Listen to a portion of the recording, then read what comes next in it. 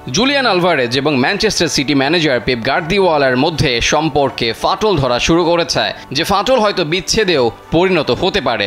Paris Olympic গেমসে Argentina অনূর্ধ্ব 23 দলের জয়ের পরে এই স্ট্রাইকার তার ভবিষ্যৎ সম্পর্কে কথা বলেছেন এবং গুরুত্বপূর্ণ ম্যাচগুলোতে তার আরও বেশি খেলার ইচ্ছা সম্পর্কে গার্দিওলা যে মন্তব্য করেছিলেন তার উত্তর দিয়েছেন।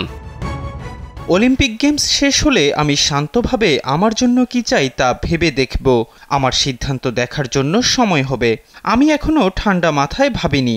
অলিম্পিক শেষে আমি শান্তভাবে আমার ভবিষ্যৎ নিয়ে ভাবব। এটি কঠিন যখন আপনি গুরুত্বপূর্ণ ম্যাচগুলোতে বাইরে থাকেন। আপনি সেখানে থাকতে চান সাহায্য করার জন্য।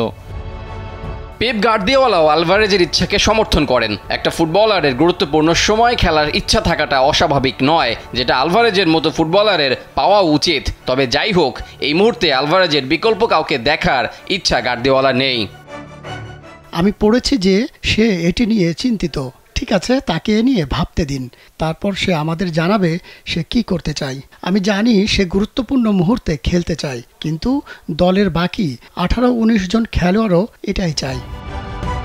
আলভারেজ যদি সিটি ছেড়ে দেন তাহলে আর্সেনাল তাকে নিতে আগ্রহী, এমনটাই জানিয়েছেন আর্সেনালের কোচ মিকেল আর্তেতা। ফরওয়ার্ড লাইনে শক্তি বাড়াতে সিটির বর্তমান প্রতিদ্বন্দ্বী আর্সেনাল যে আলভারেজকে নিতে অনেক আগে থেকেই মুখিয়ে আছে সেটা আগেই জানা গিয়েছিল।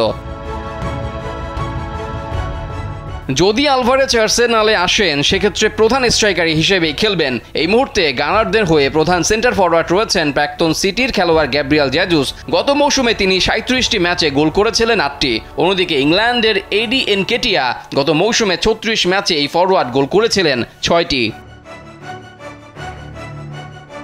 গ্রীষ্মকালীন ট্রান্সফার উইন্ডোতেই হয়তো আলভারেজ সিটি ছাড়বেন, তবে কোথায় যাবেন কিংবা সিটি কোন ক্লাবের কাছে বেচবেন তাকে তা নিয়ে রয়েছে অনেক যদি কিন্তু।